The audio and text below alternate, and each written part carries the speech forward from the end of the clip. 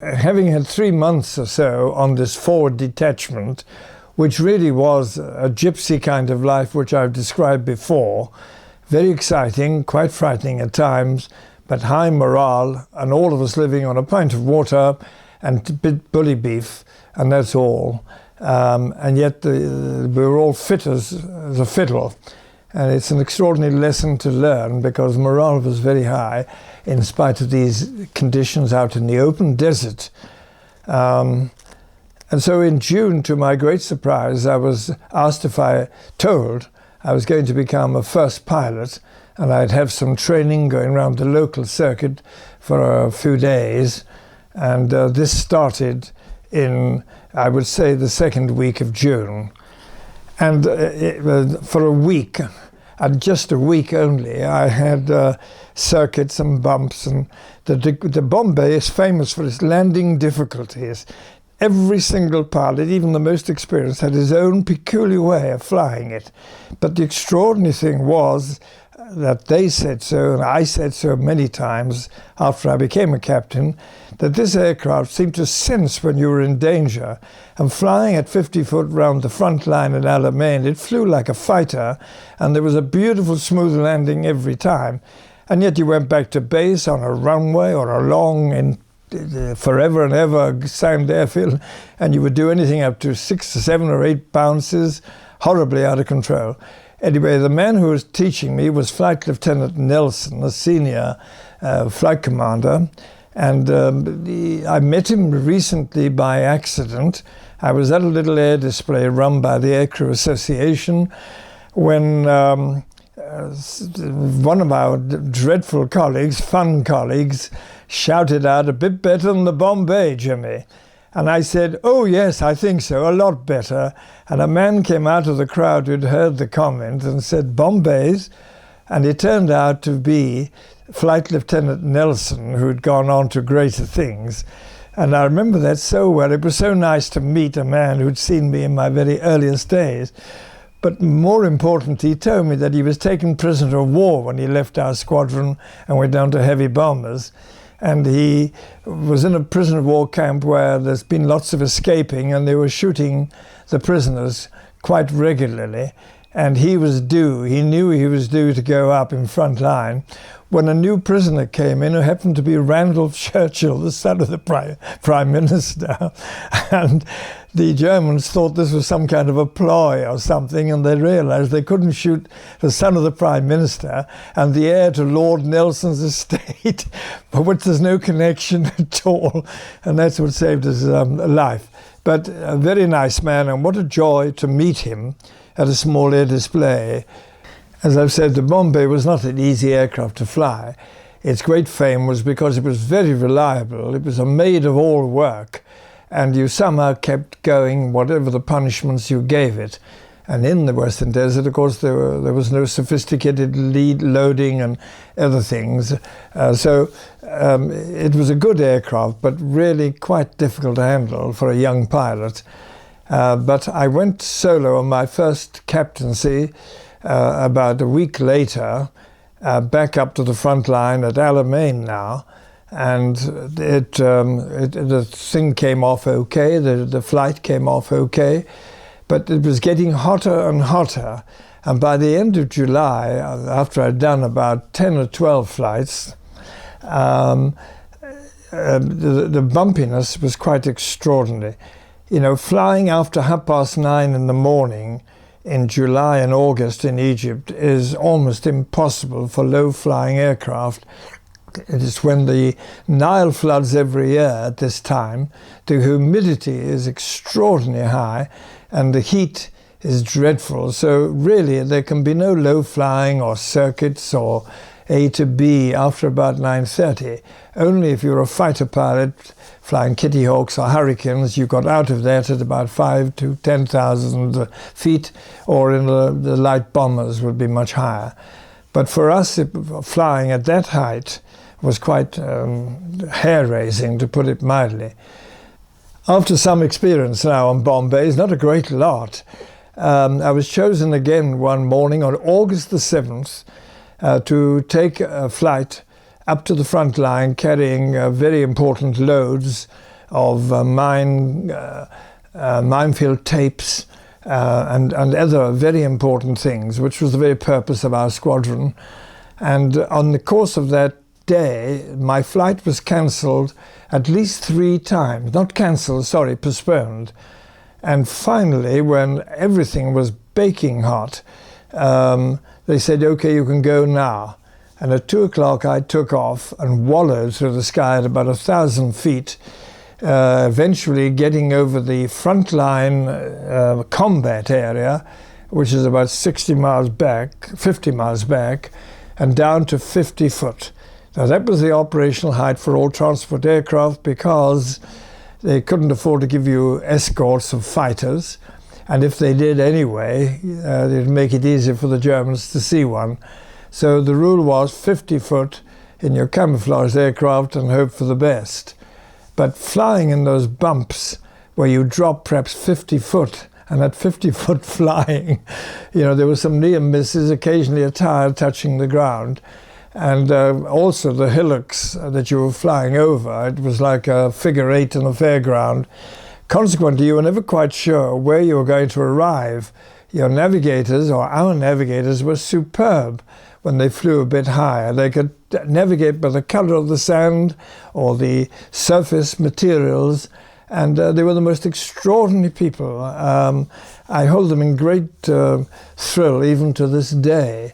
And so on the Alamein run, there was no opportunity to be a navigator and observer, and you hoped that when you came over the last lot of bumps, that you were there looking at the Alamein line from our side rather than theirs.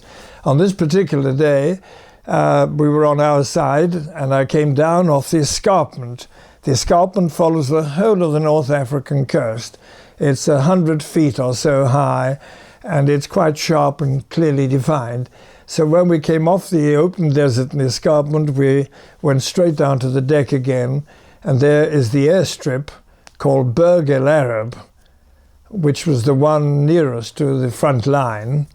And there we unloaded our passengers. We landed, always a good landing at Berg El Arab, taxied in at almost takeoff speed, because the airfield was quite often under attack for Straffer bombing, Straffer attacks, light bombing from Ju-88s, but Mi-109s scouting around quite a lot.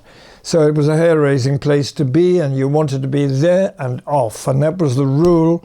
50 foot, never last longer on the ground than about 5 minutes and off. And it was quite important that on that day, these mine tapes, big packages of them, were so desperately needed. There were colonels and majors getting in the aircraft and throwing these big lumps out onto the jeeps and things outside and scooting off. It couldn't have been more high-speed necessity.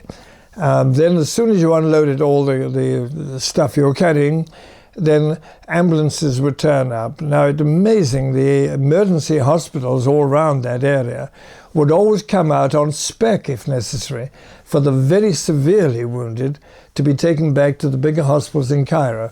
So it wasn't unusual to see 4 ambulances, tail to nose, and nose to tail, coming in. And so they were on the aircraft, and on this day there were 14 of them, wounded soldiers in a very bad state. And then there were 2 more passengers, VIPs, and I rushed out of the aircraft to inform the officer on duty. He was the only officer there in this dugout tent, and he had one telephone, one of those black Bakelite telephones with a landline. Talk about an operations center, but it seemed to work. The outcome, anyway, was that as I left him, the telephone rung, and it said I was to switch off. Now, the orders were absolutely implicit that you must never switch off. You get the hell out. And the engines were running way over the top anyway. And if a Bombay's engines stopped, the good old Bristol engines, you had great difficulty restarting them in hot conditions. So I was very reluctant when he told me to switch off, and I refused to do so. And eventually the phone went again, And he said that was the AOC of the Western Desert Air Force, who says you will stop the engines and wait. So I did just that, of course, reluctantly. And at that point, I was wandering around. The temperature in the aircraft was oven-like, baking, and these poor soldiers stuck in there. I think I made the first decision I've ever really made in my life outside of flying when I said, get them all out into the ambulances and run the ambulances round with all the windows, doors and everything open. I remember that particularly. It also helped me to get over the twitching of my head looking for enemy aircraft that might be coming in. And so about 15 minutes afterwards, as I say, 20 minutes, there's a flurry of activity. And it was the two Armstrong Siddeley Hawks, whatever they are, Humber Hawks. And they turned up with the open ones, and there were about 4 or 5 people getting out of this aircraft in great, not in haste, but obviously clearly wanting to get off quickly. The very tall, very impressive man came straight up to me and said, I am terribly sorry I've kept you waiting and you've had to break the rules, but thank you very much for doing so. This man was not elegant, but he was smart. All his insignias were very, very small. Not the great big cross swords and crowns all over the place, which many blimps would be wearing, some blimps I should say, but this man had the smallest ever, and the red tab on his collar was just a very small stripe here, and that's, I suppose, says something for the man. And he was extremely pleasant. He looked you directly in the eye, and for me as a young chap, he was every inch the general, but it was his presence that I've never forgotten, his light blue eyes looking straight at you. And he said, well, don't let's wait any more time. And where do I go? And I said, well, follow me. He said, but at that moment he went back to shake hands with all his staff. And you could see that there were affectionate farewells there. He was so highly thought of. And I think it might be a good thing to say at this point that throughout my life, when people bring up the subject of Gott, or it could be at a dinner party or in a pub or in the mess, or, you know, somebody says, oh, Monty and Gott, and inevitably I say, well, he wasn't like that. He was a very nice man and he looked the part. And you'd be sure that whether he's an officer, an NCO or a soldier who'd ever served in the 8th Army with him could not then stop talking and eulogizing about this great man who was massively respected for his abilities, but he was a number 2 for so many years. But he was one of the people who helped train the 8th Army in desert warfare from scratch. And certainly he had made a name for himself. But clearly there was something holding him back. So he got on the aircraft. He didn't have a seat because there was pretty rough and tumble inside the aircraft. So we made an area for him to sit down, and he didn't want any fuss at all. But he went round all the wounded as I walked back up to the front and tapped them on the shoulder and had a few words, and then went back. There were no strapping in, there were no straps in those days. Normally there were canvas seats that could be lifted up and packed on the sides. In this case, he had nothing to hang on to. And so we set off and had the usual really horrendously bumpy run over the escarpment, 50 foot. I couldn't help thinking what those soldiers must have been thinking or feeling in the horrendous bumps, and what the general must have thought. The word had been given to me just before takeoff that he was going to Cairo to meet Mr. Churchill and the War Cabinet. And I was told that he was the new commander of the 8th Army, but was going to meet everybody and be confirmed in that position. And so in those circumstances, you know, it was important that we got through. However, after about 15 minutes, the temperatures of my engines were on the red, over the top, and I shouted at my second pilot, a Canadian called Sergeant Lawless. I said, keep your eyes on that and on the oil pressures. I get a feeling we're not going to make it. And about that time, there's a huge bang and lots of rattling around, and the engine came to a dead stop with black and white grey smoke coming out of it. But it stopped dead. Now, this aircraft didn't have variable pitch. It had fixed pitch, and it was fixed dead. So clearly something odd. And then I saw all the tracer shells screaming all over the place, and I knew then I was under attack. And it's a pretty frightful moment for a young bloke, for any bloke. At that moment, I thought, oh dear. And with that, the second engine was shot straight out. So I had no engines. I pulled up to about 120 feet, I would say, just to find somewhere to land. But I could feel a yellow streak creeping right through me. I was scared. And then all of a sudden I thought, the baskets, they can't do this to me, of all things. And a bit of my Welsh rugby experience seemed to come out at that moment. And I began ordering all my crew around, the second pilot to go back, the first aid man to go back and get all the wounded down. And then during this period, there were 4 more individual attacks. And I knew there was more than 1 or 2 because the others were partly in sight as they were going around. So there was another pair that came in, and they riddled the tanks, the high-wing tanks, which started to spurt fuel all through the aircraft and caught fire. So the aircraft is now full of smoke. I'm gliding. And it made me concentrate my mind on getting it down. But the third pair, came through within perhaps 30 seconds, straight in. And as I'd got everybody lying flat on the floor, and even the aircrew people as well, all the shots or the rounds went straight through the aircraft without hitting anybody.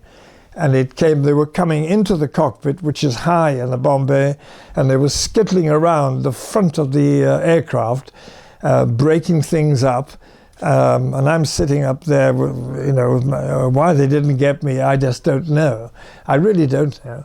Anyway, the outcome is that I eventually managed to glide down, found a piece of dark brown sand, which was fairly safe because the Bombay, the high undercarriage, if it caught soft sand, would spin round and go onto its back, like most aircraft would. So I was avoiding that and all the rocks, and I eventually found a landing place. I was landing down crosswind because I couldn't find anywhere into wind. And so as I'm running along, hoping the tail will come down and not braking too early, otherwise it would go straight over, as it's been known to do done. And so I kept on running mile after mile, going slightly down a slope on the pure desert. And then at that point, I was avoiding, as I say, the rock, and I was fighting the aircraft as though it was a 20-ton truck, And then I thought, please get the tail down, then you can brake. And the tail started to get almost to touchdown, and I started playing with the brake, and that awful feeling many of us have had in flying. You can feel it hitting the sides. The brake had failed. It had been shot away, the brakes. And I thought, oh dear, oh dear. So I had a great job keeping it straight because the cockpit is now full of smoke. Everything's on fire, the windows, the bits all round.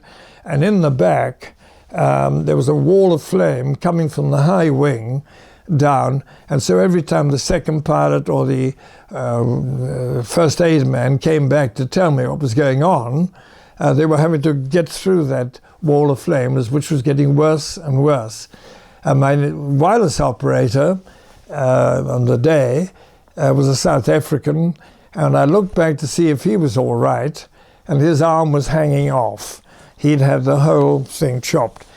I've never met him to this day. I've tried everything to get in touch, and I still wonder if his arm was put back all right. But he was a very nice and efficient man who stuck to his job with his good arm, sending SOS, but nobody could hear it because at 50 foot and the old-fashioned radios, there was nobody going to hear you, even with the extended aerial. So I looked into the distance as I was fighting the aircraft, and there was 5 little dots going round and round, and I could barely see them. And I shouted out to my crew, God's sake, stand by. I think they're going to come back. Why else would they be staying on our side when they'd done the job they were going to do anyway? In the meantime, I'd asked the second pilot and the ground crew to get the door off its hinges in the back, and the standard operating procedure was to throw it into the back end of the aircraft. There'd been experiences with this problem before, where latching was no good on a very rough surface, and it was rough. And I continued the landing run anyway, and then the dots disappeared. And I shouted to the second pilot to come up again. Don't bother about too much sophistication. When we get slow enough, which I'm now looking for soft sand to slow me up, as soon as I give the sign or the word, you get them out. Even if you have to throw them out, they have a better chance of living than being inside. And that's all that sort of went through my mind, and that's an absolutely realistic state of affairs. And so he went back, and I should think about 45 seconds to a minute later, I was working on the assumption that with 4 people in the back, second pilot, first aid man, 2 ground crew, and these other 2 people, passengers, they would have had them all sliding down out of this running aircraft at about 20 knots, perhaps 15. And at that moment, there's a most horrendous bang again, and it was the 6th aircraft coming in.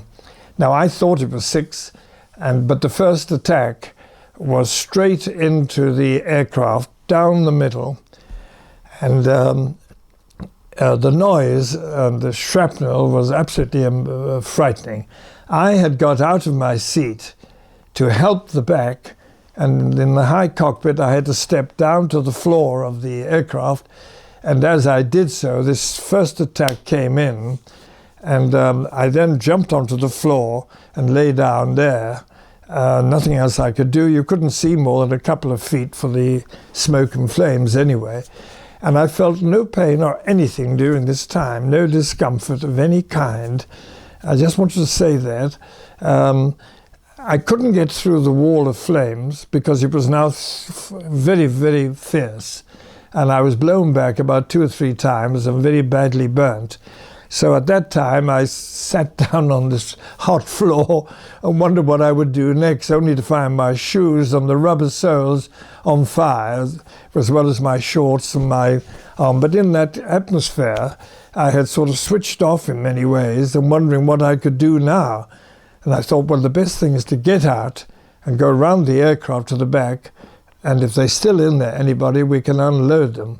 Whereupon there was another attack, then another attack. And actually what they did was to blow the aircraft to little pieces. They didn't intend anyone to be coming out of that aircraft for sure. The intensity and the accuracy of the firing.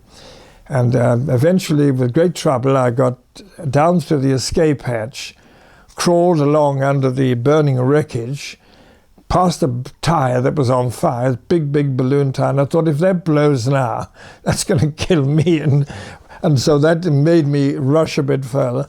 And eventually I came out from this dark and gloomy atmosphere into screamingly bright desert glare. And eventually I got round the wing, which I saw was lying on the ground. Such has been the intensity of the attack. And I had to go all the way around it. And when I came back to the side of the aeroplane, there were only 3 people. The first aid man, the second pilot, and the wireless operator, 4 people, and 1 army soldier who had come forward and fallen through the forward escape hatch. How he'd done it, I don't know. He was very badly wounded, and they were the only. I said to the first aid chap, who was the one who wasn't badly wounded, I said, where are all the others? Where have you put them? And he pointed to the aircraft, and there was the door still in position, and it had got jammed by the aircraft fuselage movements as we were going along that rocky run, a new member of the squadron who had been trained but had never been under fire before, like several other of us, instead of throwing the door off its hinges back, he had latched it, which to him seemed common sense and gave him more time to help. And this has only come out in recent years, the fact that he was a new chap, a very nice airman, but he was brand new. And nobody had time, of course, to see that this error had been made. Everybody had a job to do. And anyway, I rushed to the aircraft and got blown back. It was now, all these camouflage was melting off and dripping down. And I made 3 attempts to get to the door to try and haul it. And on the third time, the first aid medical orderly, I should say, rugby tackled me and said, "No more, no more. You'll never get there, it won't work, get back." And so he literally hauled me back to the others. My second pilot, badly, badly wounded indeed, and burnt. The wireless operator with his arm being temporarily bound up, but looking very sick indeed. And the soldier was delirious and was just not going to last very long. And the first aid chap, the medical orderly, was working on all of those. And I said to him, "Look, they're not going to know that we're down. Nobody will know. There's only one thing I can do is to walk for help." I reckoned it would be about 20 miles, 15 to 20 miles. There wasn't a thing in sight in every direction. We'd come over the escarpment onto the plain desert. And so I said to him, "I'm going to walk northwest." And he gave me a bottle, and I said, "No, you're going to need those." It wasn't an act of bravery on my part so much as what seemed common sense. So I had a huge guggle, lots of water, and then put it back and gave it to him and said, "You will look after these people and don't move from here. This is our only chance." And so I set off at a jog. I can't believe it to this day. In that horrendous heat, I jogged. At no time did I feel any pain or anything, just go northwest, northwest. I began to feel a bit faint, and as I came over one hillock with some difficulty towards the end, I was crawling and wondering if anything might be in front of me to give me an idea. And there were about 20 camels in a small hollow and one Bedouin. And as I was going down, he looked around and saw me falling into a faint. And at that moment, he rushed up. Otherwise, I don't think we'd ever been found, or we might have been found later. But he came rushing up with some awful rakish water, which was really like champagne, I suppose. And all I could say was Inglesi, pointing to the northwest.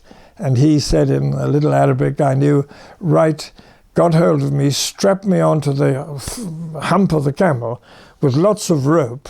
He then untied the camel and got it to rise up, which was hair-raising, and off he set in great haste. So the look on me, which I didn't realize anything had happened to me, other than my feet were getting very damp.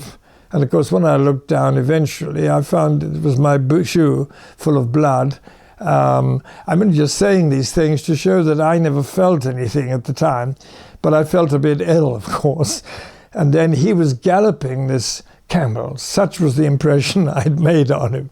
And he was galloping and eventually brought me out of my faint and said, was waving his turban like mad, a thing they normally never take that off. And there he was. So I managed to get my hands to my shirt and waved that, only to see, I thought I had a khaki shirt on. And that's the first time I really knew I'd been wounded badly at the back. That's all I can say. I was waving a red shirt. And eventually what he was waving at, the Bedouin, was a small cloud of dust rising from an army lorry that was out on a test from the mechanical engineering support behind the front lines. What a coincidence, what a chance. And there they came roaring up, got hold of me and dumped me in the front seat, and I was out cold by now. All I said was the nearest army camp, the nearest army phone, fast as you can. And of course they took me up my word, and I must have looked awful. And of course the journey to the nearest army tented setup was a very, very rough one indeed. And I kept passing out in the course of that. And there was a major having his evening shave in amongst all the tents. And I fell out of the truck and shouted at him, call GHQ, tell them Bristol, Bombay, shot down, general dead. That's all I can assume. General dead. Get that off as fast as you can. So he ran off and did it, and then came back and said he couldn't get through. And I was looking at this colonel or major, and I said, get back and do it. I know I'd never done this sort of thing off a rugby field in my life, you know, a good, well-brought-up little Welsh boy. And anyway, he went off in a flurry, and he came back to say that he'd got through. And I suppose this must have been about 4:30 to 4:45 by this time. And he then had ordered ambulances to take me quickly to the nearest hospital. And he'd organized a rescue convoy with about 4 trucks, about 25 soldiers with picks and shovels. And I could see all this going on as I had a few bandages put on me, lying on a stretcher. And then I heard him ordering a captain to lead the convoy to where he said it was going, where he was going. And with that, I crawled off the stretcher, hauled myself into the jeep. And the army captain was absolutely horrified. He said, no, no, no, you're going to the hospital, you've got to. And they tried to drag me off the jeep, sorry. And ever since that day, whenever I get into a jeep and an old show of some kind, there is that little broad handle in the front, and I can see that deathlock grip I had in there. And it was only then I realized that my hands had been burned right down to the bone and burnt all over, you know, and these things were just coming to me. And then I began to feel a bit hurt, of course. It was the first time. And he set off. He tried several times to change course. And every time he tried, I got him back onto the southeast. He was determined to go the way with all the trucks. He said, I was delirious. How could I know where I'd come from? I'd been in a lorry. I'd been on a camel. So, you know, the common sense required him. Otherwise, he was going to get the blame for not getting there in time. And he said, I'll go over one more hillock, and if it isn't there, I'm overruling you. And we got over that hillock, and absolutely, there in front of us was a column of black smoke on the horizon. I should think about 15, 16 miles away, maybe less, I don't know. And it was going straight up into the sky, and it was dead on the nose of the jeep, not to the left or to the right. Now, you can work out your own ideas of what covered that, but I think somebody was obviously looking after me. It was at that point I passed out cold, and the next time I came to was to hear people saying that they'd managed to break into the aircraft. Some people had arrived from various directions, and there was an army colonel and a wing commander, and the wing commander said, you can't believe this, I ripped open that mail sack in case there's some things that haven't been burnt. And the first letter I pull out was the one I wrote to my wife this morning. So these are silly little things. Because I was semi-delirious, they were going in crystal clear. And then the colonel leant down and said, you're very agitated, calm down, you're in good hands now. And I said, well, what about all those people inside that aircraft? It's horrible. And he said, don't worry. We looked at them, and they were all killed by gunfire. Nobody has been burned to death. Can you get that in your head, boy? I can hear him saying that to this day. And that was proved later on, that it was that second attack and the almost getting everybody out that it caused. Now, the reason I emphasize this is there was a golden rule, a sort of chivalrous attitude in the Western Desert. There were often cases where pilots on different sides would go back towards a British camp, circle round, and then head off. You'd see the convoy of help or looking for an aircraft, and they'd go round over them and head off. And it worked on both sides. This was just one level of chivalry. Now, you rarely attacked an aircraft which you'd shot down in flames again. Rarely. And mine was not only in flames, it was blown to bits. Yet they had come back for a second attack, which was so surprising. So it was quite clear that they were after a total destruction of the aircraft, and including me and everybody else on board. And to this day, I believe that it was an assassination carried out with great efficiency. For whatever reason, maybe because they wanted Gott out of the way, they knew he was perhaps the general who could sort out, with all the new equipment we were getting in and all the support, there was one general there, the most experienced desert general, who would do the job. Was it or not? None of us will know. And that was the end of that story. I was in hospital for about in this tented hospital, a bit like the MASH films we've seen. But the staff were wonderful. They kept me alive. They did about 3 or 4 operations on me over the 3 or 4 days I was there. They couldn't get some of the shrapnel out, and they decided to get me back to Cairo somehow. And I was flown back in a Bombay, something I said I'd never fly again. And the captain of the aircraft was this chap who shared a tent with me by the name of Ron Lander. I mean, I can't remember who I met yesterday, but I was lying on the stretcher in a very poor state with a medical orderly holding me and kept getting me water or whatever this thing is they put on you. And at that moment, I saw an immaculate pair of stockings going by with the khaki stockings. And I thought, there's only one man who wears those so immaculate, that's Ron Lander. And I called out Ron quietly. I could hardly speak. It's almost too hard to believe. But my hand went out from the stretcher and I tugged at his socks. And he said, "Oh, I'm terribly sorry," and moved on. And I said, "Ron," I managed to gasp it out. And he came down and looked at me and said, "I can't believe it's you. You're dead. The squadron all know you've been shot down, you're dead, and that's the end of it."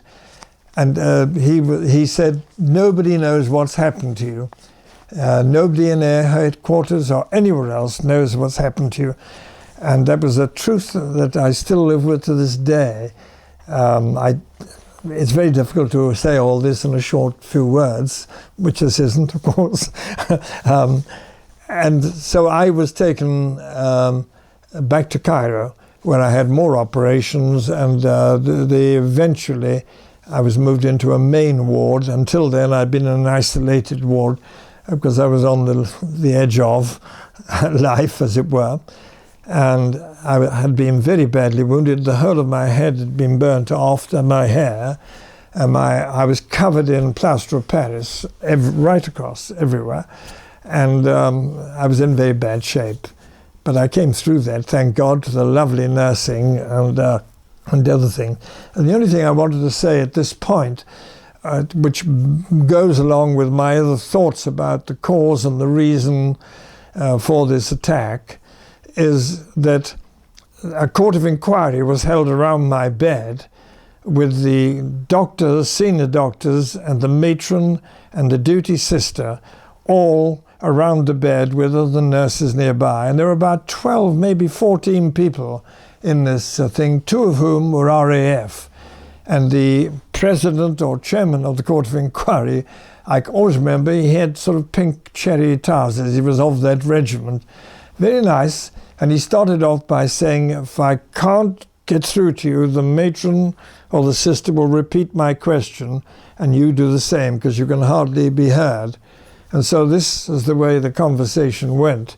And he started off by saying, "Now we realized that you were flying very low, and quite clearly in the bumps of the day, and because you were tired, you hit the ground and wrote the aeroplane off, and everybody was killed. Whereupon, according to the sister, I was seen, the whole of the cadaver, I was seen to rise off the bed, and the matron screamed out, "That's enough, everybody out."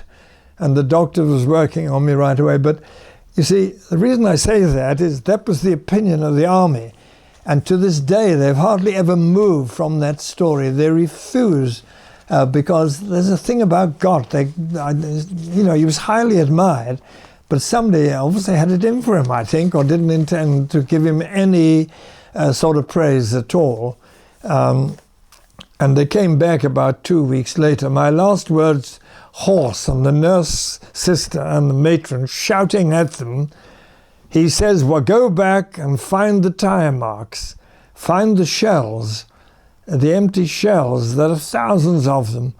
And that was the last thing. Then they came back about a week later, and this time very, very more sort of submissive, and I was a little bit better. And they said they'd found the tires, and it was about 8 miles of it from the time I touched down to when I came to a halt. And I'd fought the aircraft the whole of that time without brakes, going slightly downhill. And he said that the damage to the aircraft showed that it was the second attack probably that had got me. And then they began to make the inquiry go a bit more sensibly than it had before. Many years afterwards, and I was commanding a javelin squadron up in East Anglia, I took the squadron to another base, and the station commander came up to me and said, "We've met before." And I said, no, sir, never, never. I know of you, and I'm very happy to bring my squadron up to the station and this exercise we're doing. And he said, "Well, you're going to have a drink with me. I've got something to say to you." And whereupon he called the steward, and then he said, "Behind the piano, I don't want anyone interfering or hearing." And he made me go along with him in our full mess kits. And I sat down in a chair, and he said, "I have met you. August, 10 days, 14 days, 3rd week of August, Cairo, Al-Mazar Hospital." And I said, "Oh, that's where I was, sir. That's where they took me for final operations." And he said, "Yes, I was on the court of inquiry. I'm one of the 2 people." And he said, "I shall never forget your reactions when that crash happened." And he said, "And we did find the ammunition, and we couldn't believe that an aircraft or anybody could have survived. So they intended getting you as well. Make no mistake about that." And so that confirmed. But the story still lingers with the army. One of the other ones that comes out occasionally is that an isolated ME-109 coming back from another mission low happened to see me and thought, well, I'd have a dab at him for a start. You know, any old story was being pushed out, and all reference to Gott and his death was completely cut out. No papers, no correspondence were allowed to say anything about it. So that could be well due to a failure in communications in the front line, which they wanted to find out more of. But why 6 aircraft should be lingering around on our side of the line when the Desert Air Force must have had some people standing by, and we were only 20 miles away, how nobody saw us or nobody recorded us on the simple radar they had in those days is astonishing, I think. So maybe there was a bit of covering up all round here. I'm not using that as any excuse, because I'm a very proud Desert Air Force man, and the leadership was brilliant in those days, from Lord Tedder down through Air Marshal Cunningham. I mean, everybody felt highly confident in their leadership, and just perhaps not quite on the same level as Gott, because he was not only admired, but he was almost worshipped by the average soldier who'd served under him. So that's the end of it. I went off to hospital, into another hospital, then a rest camp in Palestine, on top of the cliffs of Tel Aviv, which was the most glorious, wonderful 2 months there. And then in mid-December, I was told I'd been awarded the Distinguished Flying Medal. I couldn't understand why, and I mean that seriously to this day. Here I was belonging to a prestigious, wonderful squadron where there was only one DFC and one DSO, and two DFMs. And this is a very large squadron that had been out in the Middle East since 1917 and had been right through between the wars doing all sorts of hair raising, yet the number of medals won. And I thought, I'm not in this class, I'm a subservient little sergeant pilot with no experience, and I couldn't bear it until the commanding officer ordered me that I'd be court-martialed if he ever saw me again without it on. But I'm only saying that to you to give you an idea that the whole thing seemed to be out of context with me.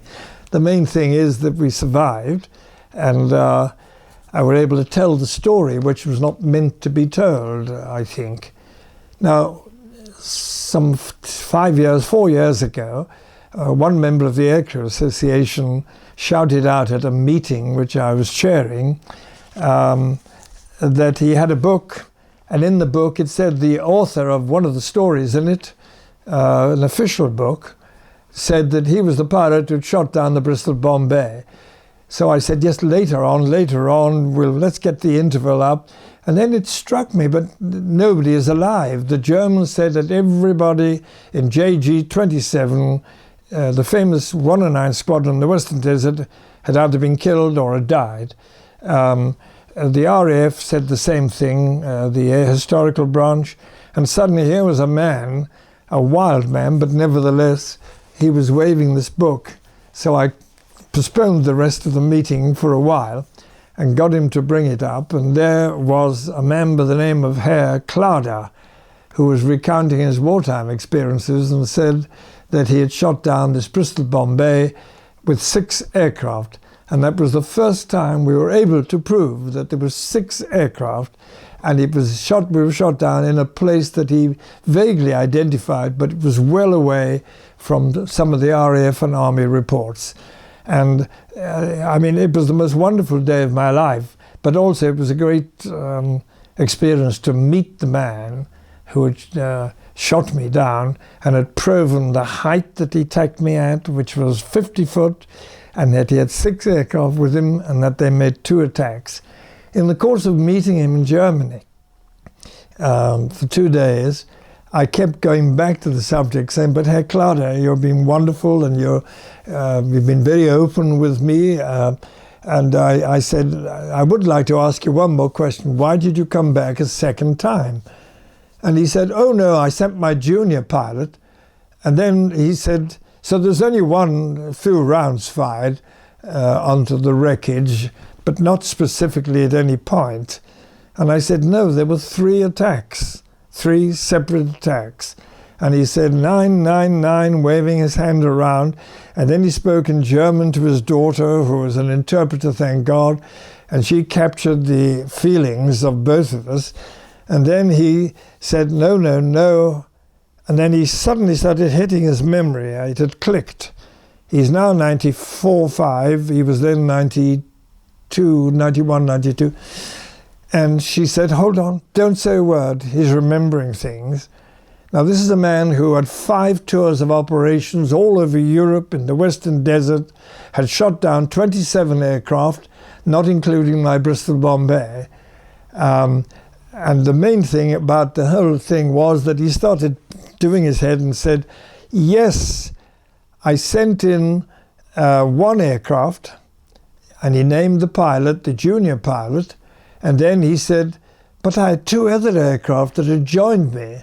When I took off, there were only 4. That's the normal flight of the Luftwaffe. 4 aircraft, like ours, I suppose. And he said, at the last moment, we were in the cockpit strapping in, the intelligence officer came out and said, you've got 2 more aircraft. We've just been ordered to add them onto your aircraft. And he said, I found that very, very unusual. So he said, okay. Then the officer giving him the briefing said, on this trip, you will not use any voice, RT of any kind. You'll do everything by signals only. Do you have that clear? And the intelligence officer was obviously specific to a point. And he said, yeah. Now he said, Herr James, Mr. James, that is the one and only time in 5 operational areas with a huge amount of wartime flying that I'd ever been told and ordered not to say anything. So you have to draw conclusions from this. And he said that as they were, when they got down, and this was before the flight, he said to me, therefore I think that those 2 pilots had gone in, plus the one that I'd sent. And so you've assumed there were 6, but there were in fact 3 attacks. And then he said, it all begins to make sense. Those 2 added on were on a different format, and they were the ones who spotted you and told him they'd seen me just behind Alamein. And he said, we followed you down. And he told me exactly the route I'd taken over the simple route. So this was an eye-opener, showing that it was a plot, and it was a very successful plot. And in the course of saying that, he said, but I did see 2 people running away from the aircraft. And I said, well, one of those was the wounded soldier who was delirious, and the other one was the medical orderly trying to stop him get out, but then decided, since they'd both fallen out the aircraft, they would run away from the aircraft under the wings. And he said, no, it was the aircraft. I said, no, it jolly well wasn't. It was these 2 people. And I said, and the medical orderly, who admitted he'd fallen out, said that he saw the whole thing coming down, hitting us on the ground.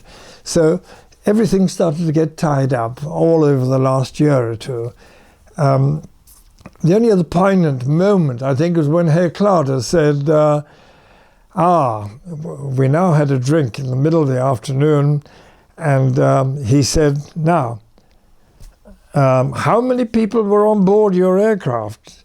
Because you were just doing a run to the front, full of old freight. And he put his hand up and said, 2, you and 2, 3 altogether. And I was quite shocked to hear this. And his daughter recognized this. And she said to him something in German, 999. And he said, how many on board? And I said, 22. And he looked, and you could see it absolutely shook him rigid. And then I said to her, and of course 18 were killed. And they were all killed in the second attack. And whereupon he burst into tears, inconsolable. It was very embarrassing, indeed. And I went over and put my arm round him and said, come on, the war's over. Let's get on and talk about some more things. And eventually he was calmed down. But it was a moment I'll never forget in my life, because I can't make it up. It actually happened, and his daughter and son-in-law were there. And it was astoundingly dramatic, when for the first time he came to terms with what had happened. And I think he, being perhaps of the old school, the chivalrous school, would probably never have done the attack for the second time in the intense way they did. And so I showed him a photograph of the wreckage, and he just couldn't believe it when he saw it. I mean, that was bits and pieces, hardly a shape of a Bombay at all. And it burnt itself right out. And that roughly is the story, except that when they landed and went into the operations tent, the Germans, which is only about 50 miles away from where our bases were, and that's the great thing about the Desert War, there's a defined line, and then the little bases supporting the front line on either side. So he said, Herr Yamis, he said, must tell you one more thing. When we walked into this tent, the operations tent, he said, and we all started telling the chap, there's suddenly a flurry, and the canvas door was ripped open, and there was the senior Luftwaffe general in the Western Desert. Now, he couldn't remember his name, but he said, he had all sorts of things all over him. And he shouted out, most unusual for a very senior officer to be so familiar in the Luftwaffe, to the ones just under them maybe, or to somebody who'd done something astonishing. And he turned round and said, English interpretation, gentlemen, you've just shot down a Bristol Bombay aircraft and killed General Gott, the new commander of the 8th Army, an appointment that had only been made the day before. Now this, I'm trying to work out exactly, this was less than, if we say the second attack came in at about 20 past 4, and I had done the walking and so on. Nobody knew on the British side that I'd been shot down.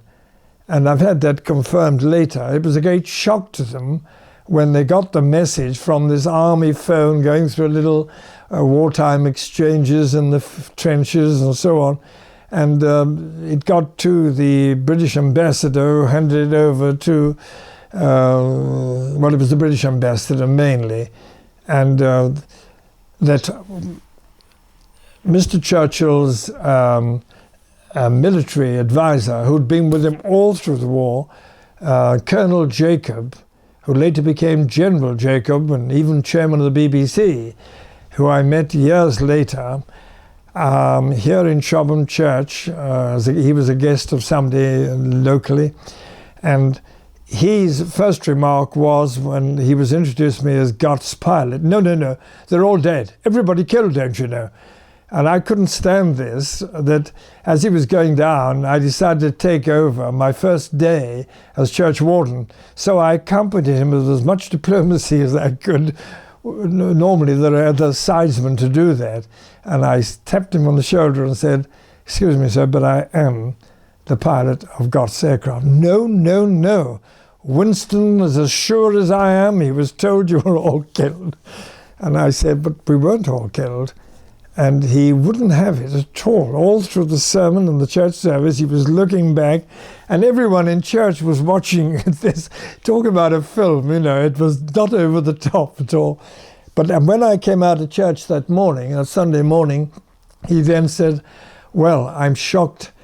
I tell you something, that if Winston had known that you were still alive, I think he'd have come straight down to ask you why. Because when I told him that you'd been shot down and that General Gott was dead, he wept solidly for half an hour. He could not be consoled." Great repeat, isn't it, of the German pilot who couldn't be consoled with me. And General Jacob's personal reference to going to wake Churchill up to come down to the cabinet meeting that was due to start, and would he come downstairs, and he couldn't come down for half an hour. And he was weeping, and I thought to myself, and the general thought, you know, here's a man who had had disasters at sea. The Dunkirk had occurred only a year before. All these great things, the loss of famous generals, we hadn't won anything. And here was another blow to him. And I think that, and he adored, not adored, he was very, very impressed by Gott and had appointed him personally the day before for that reason. Anyway, to end up, well, the only other thing is that General Jacob said to Juliet, my wife, he said, "Do you know that when he came down, he was still weeping, and it was so embarrassing because all the heads of all the attachés, or the heads of state from other countries, representatives, Australia, New Zealand, were all there embarrassed. And eventually Lady Killern, who was then Lady Lamston, but Lord Killern was the ambassador to Cairo, and she got hold of him and took him into the Rose Garden. And after about 20 minutes of settling him down on a bench and talking quietly to him, she managed to bring him back." Now that's a story one had heard of, but she's also given it again and actually put it on paper and on an incident like this. That's the story, the beginning of a very exciting service life. Afterwards, I flew for another 3 years in the Western Desert. I didn't get home as I'd hoped, and I had a very exciting war right to the Med until the end of the war, and then VIP flying, and then my first love, commanding a fighter squadron of light fighters in the Gloucester Javelin. That's it for the moment.